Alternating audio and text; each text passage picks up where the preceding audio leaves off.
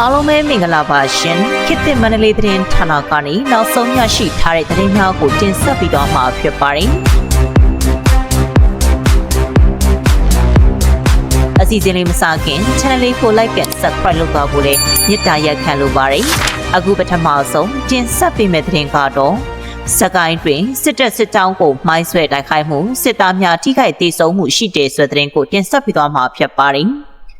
်စကိုင်းတိုင်းမုံရွာမြို့နာမခမစကိုင်းရှိတပ်မ33တို့ဦးတီမောင်းနှင်လာတဲ့စစ်ရင်တန်းအတွက်လုံခြုံရေးရှုပိန်းနေသောစစ်သားများကိုမိုင်းဆွဲတိုက်ခိုက်ခဲ့ရာစစ်သား2ဦးသေဆုံးခဲ့ကြောင်းလင်းယုံညီနောင်ဖျောက်ကြားတပ်ဖွဲ့စကိုင်းမှတာဝန်ရှိသူကသတင်းဌာနကိုပြောကြားပါတယ်ဇူလိုင်လ28ရက်နေ့နနက်7:15မိနစ်ခန့်ကစကိုင်းမြို့နယ်ကုံရွာကျေးရွာထိန်ဆယ်မြောင်းပေါအနီးတွင်လုံခြုံရေးယူထားတဲ့စစ်ကောင်စီတပ်ဖွဲ့ဝင်များကိုလင်းယုံညီနောင်ဖျောက်ကြားတပ်ဖွဲ့ကမိုင်းဆွဲတိုက်ခိုက်ခဲ့ခြင်းဖြစ်ကြောင်းအဆိုပါမိုင်းဆွဲတိုက်ခိုက်မှုကြောင့်စစ်ကောင်စီတပ်ဖွဲ့ဝင်2ဦးမှ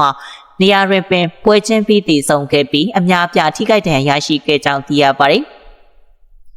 ်စခကားကတော့တော်တော်လေးပြက်စီးသွားတယ်တဲ့ကြီးမိတာဆိုတော့စက်မောင်းလို့မရတော့ပဲရက်ထားခဲ့ရတာအလောင်းရောကားရောကိုအချိန်တော်ကြာမှလာဆွဲသွားတာမိုင်းကနှလုံးတွဲတစ်ပွိုက်ကိုလင်းယုံညီနောင်ဖျောက်ကြားတပ်ဖွဲ့မှတာဝန်ရှိသူကပြောဆိုပါတယ်ထို့ပြင်စစ်ကောင်စီဘက်မှတိတ်ဆုံးသွားတဲ့အလောင်းများကိုချက်ချင်းလာရောက်ကောက်ယူခြင်းမရှိဘဲအချိန်အတန်ကြာမှလာရောက်ကောက်ယူခဲ့ပြီးအလောင်းလာရောက်ကောက်ယူသည့်အချိန်တွင်လည်းဘဝင်းကျင်တို့လက်နက်ကြီးလက်နက်ငယ်များအပြင်ရှမ်းတမ်းပစ်ခတ်ခဲ့ကြောင်းသိရပါတယ်လင်းယုံညီနောင်ဖျောက်ကြားတပ်ဖွဲ့စကိုင်းကစစ်ကောင်စီတပ်သားများနှင့်ပြူစောထီးများနှင့်ဖြင့်ပြည်သူ့ဘက်သို့မျက်နှာမူက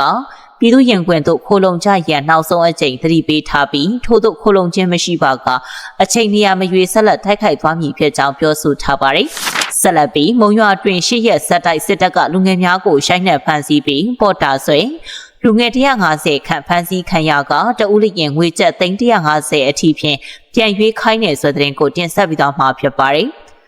်စကိုင်းတိုင်းမုံရွာမြို့တွင်စစ်ကောင်စီတပ်က8ရက်ဆက်တိုက်အလုသွားအလုပြန်လူငယ်များရက်ွက်တွင်နေအိမ်များလမ်းစုံများနှင့်အရက်ဆိုင်များကိုဝင်ရောက်စီးနင်းကလူငယ်များကိုရှိုင်းနှက်ဖမ်းဆီးပြီးပေါ်တာဆွဲမှုများလှုပ်ဆောင်ခဲ့ရာလူငယ်150ခန့်ဖမ်းဆီးခံခဲ့ရကြောင်းနှင့်ဖမ်းဆီးခံရသူများကိုတအုပ်လျင်ငွေကျပ်350အထိပေး၍ပြန်ရွေးယူနေရကြောင်းဒေသခံများကသတင်းဌာနကိုပြောပါရယ်ဇူလိုင်လ20ရက်နေ့မှဇူလိုင်28ရက်နေ့ထိစစ်ကောင်စီတပ်ဖွဲ့ဝင်များသည်မုံရွာမြို့ပေါ်ရှိလမ်းမများရက်ကွက်များအလုယုံများဈေးဆိုင်များနှင့်အရက်ဆိုင်များကိုနေ့စဉ်ဝင်ရောက်စီးနင်းခဲ့ပြီးအလုသွားအလုပြန်လူငယ်များကိုရှိုင်းနှက်ဖမ်းဆီးကပေါ်တာဆွဲခဲ့ကြောင်းသိရပါတယ်ဖမ်းဆီးခံရသူများမှာအသက်25နှစ်မှ35နှစ်အရွယ်မျိုးသားများဖြစ်ပြီးလက်ရှိတွင်အနောက်မြောက်တိုင်းစစ်ဌာနချုပ်နာမခတွင်၌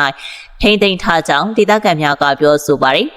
မုံရွာမြို့ပေါ်မှာနေ့တိုင်းပေါ်တာဆွဲဖမ်းနေမနေ့ရောညနေရောဖမ်းတာတွေလုပ်တယ်တနေ့ကိုလူ30လောက်ဖမ်းသွားပြီး8ရက်အတွင်းစုစုပေါင်းလူငယ်150လောက်ပါသွားတယ်လမ်းပေါ်မှာလူမတွေ့ရင်ရက်ွက်ထဲနေအိမ်တွေအလုယုံတွေဈေးဆိုင်တွေနဲ့အရက်ဆိုင်တွေတဲ့အထိဝင်ဖမ်းနေစပိန်စီးနေတဲ့လူငယ်တွေကိုတောင်ကားနဲ့တိုက်ပြီးဖမ်းခေါ်သွားတာတွေရှိတယ်ဟုဒေသခံတအုပ်ကပြောပါတယ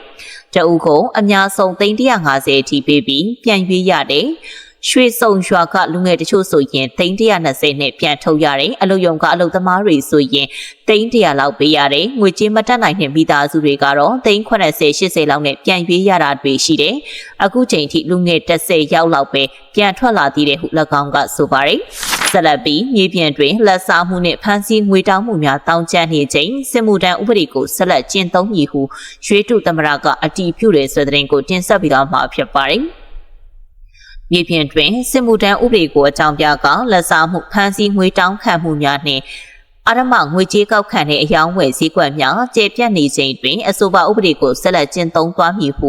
ရွှေတုသမရမင်းအောင်လှိုင်ကယနေ့ဇူလိုင်31ရက်တွင်ထပ်မံအတည်ပြုပြောကြားလိုက်ပါတယ်။ယနေ့ပြုလုပ်တဲ့ရွှေတုအစိုးရ၏ပြည်ထောင်စုလွှတ်တော်အစည်းအဝေးရက်တရာပြည့်မိန့်ခွန်း၌၎င်းကထိုးထိုးထည့်သွင်းပြောဆိုခဲ့ခြင်းဖြစ်ပါတယ်။နိုင်ငံတော်မှာရိုသေခန့်ညားလောက်တဲ့ကာကွယ်ရေးနဲ့လုံခြုံရေးစွမ်းပကားရရှိဖို့2024ခုနှစ်ဖေဖော်ဝါရီ10ရက်မှာအသက်သွင်းခဲ့တဲ့ပြည်သူ့စစ်မှုထမ်းဥပဒေကိုဆက်လက်အကောင့်ထဲပေါ်ကျင့်သုံးသွားမည်ဟုရွှေတုသမရမင်းအောင်လှိုင်ကဆိုပါတယ်။ထို့ပြင်ဖွဲ့စည်းပုံအခြေခံဥပဒေပုံမှန်340နဲ့အညီပြည်သူ့စစ်မဟာဗျူဟာကိုဖော်ဆောင်ရန်အတွက်စစ်တိုက်စွမ်းအားအတွက်လိုအပ်တဲ့အရင်းမြစ်များကိုဆက်လက်ဖြည့်ဆည်းပေးမည်ဟုလည်းမင်းအောင်လှိုင်ကဆက်လက်ပြောကြားပါတယ်။ရွှေတုသမရ၏စစ်မှုထမ်းဥပဒေကြောင့်မြေပြင်တွင်တပ်သားသစ်စုဆောင်းရန်စစ်တပ်အာရမဖမ်းဆီးဖော်တာဆွဲခြင်းများရက်ွက်ကြီးပါအုပ်ချုပ်ရေးအဖွဲ့များ၏ ငွေကြေးကောက်ခံခိုးကျိုးရှာမှုများအဲစရင်စစ်ဆေးကြောင်းပြကအာရမဖမ်းဆီးပြီးကျပ်သိန်း100နှစ်အထက်ပြန်လည်တောင်းခံသည့်အယောင်းဝယ်ဈေးကွက်များအဓိကပေါ်ပေါက်လျက်ရှိပါတယ်။ဆက်လက်ပြီးခင်ဦးနဲ့ဝက်လက်မြို့နယ်ကြေးရွာများကိုစစ်တပ်ကလေရင်ဖြင့်ပုံကျဲတိုက်ခိုက်မှုပြည်သူတအုပ်သေဆုံးပြီး